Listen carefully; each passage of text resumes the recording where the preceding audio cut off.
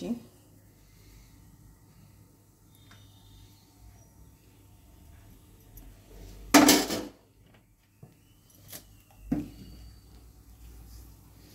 তেলটাকে আমি পুরো কড়াটা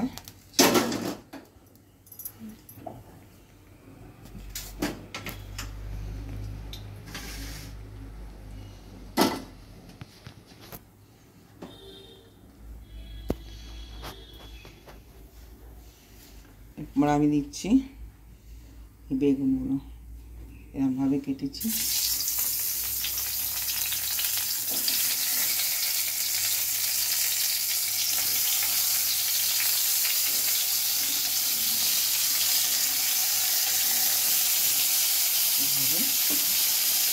এটাতে নুন, হলুদ, চিনি, শুকনো লঙ্কা সব মাখিয়ে 15 মিনিট রেখে দিয়েছিলাম।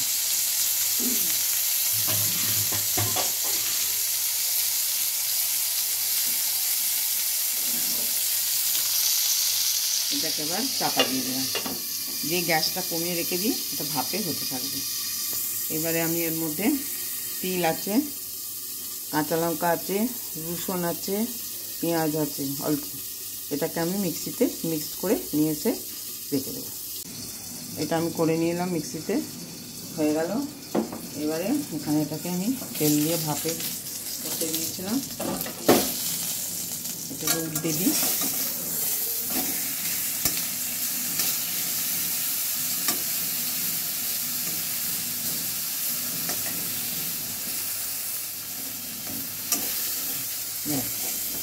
এবার একটু জোরে করে দেবো আঁচটা, হতে থাকুক, ফিরে আসছি। অলরেডি গলে গেছে, হাতে তুলে ফেললাম।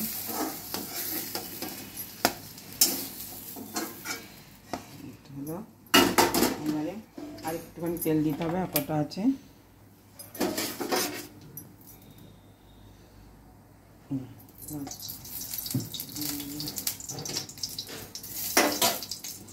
যে পেঁয়াজ কুচনো আছে এটা দেব, এটা দিয়ে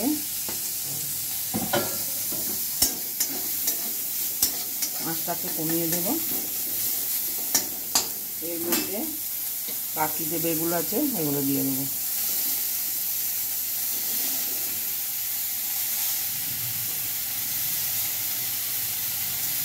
আর সেই জলটা একটু দিয়ে দেবো, ভাপে হবে। হতে থাক, ফিরে আসছি। ব্যাস তুলে ফেললাম,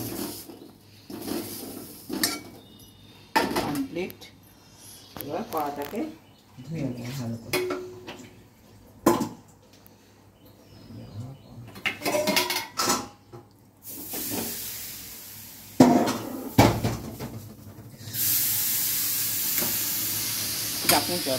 ব্যাস হয়ে গেল। বাড়িতে জাস্ট একটা তেল দেবো,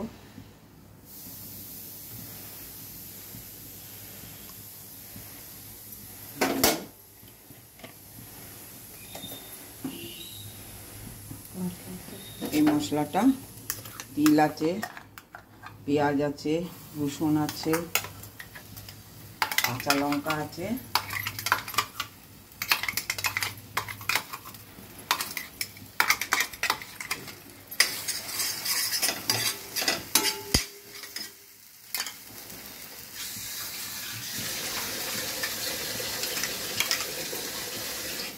এটা ভাজতে দেবো, এটা পরে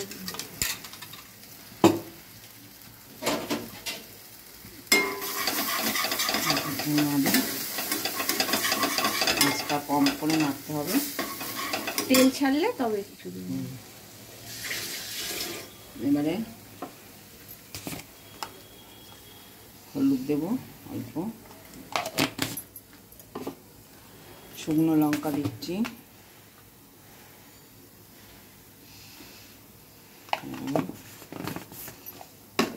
একটুখানি কালার লঙ্কা দেব, মানে কাশ্মীরি মির্চি,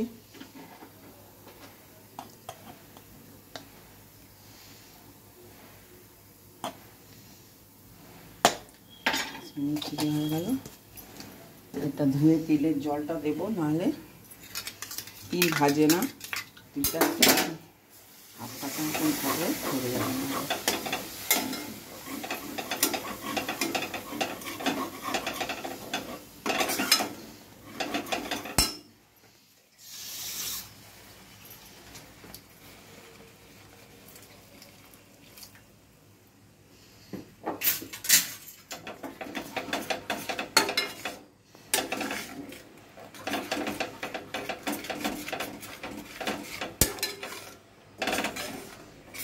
ব্যাস, এটা একটু হতে থাকুক, ফুটবে, তারপর ফিরে আসছে। ব্যাস, এরপরে এগুলো সব দিয়ে দিলাম এর উপরে। সব দুটো ভাজা আলাদা রাখ, ওর জন্য একটা রেখে দেবো। এগুলো দিয়ে দিলাম, ভাজা আলাদা, ভাজা আলাদা।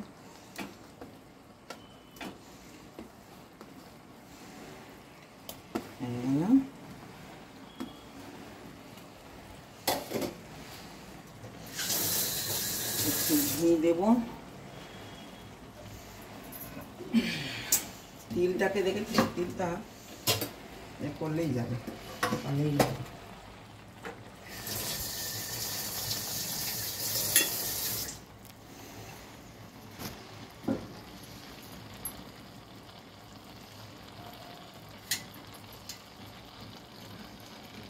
ঘি দিলাম,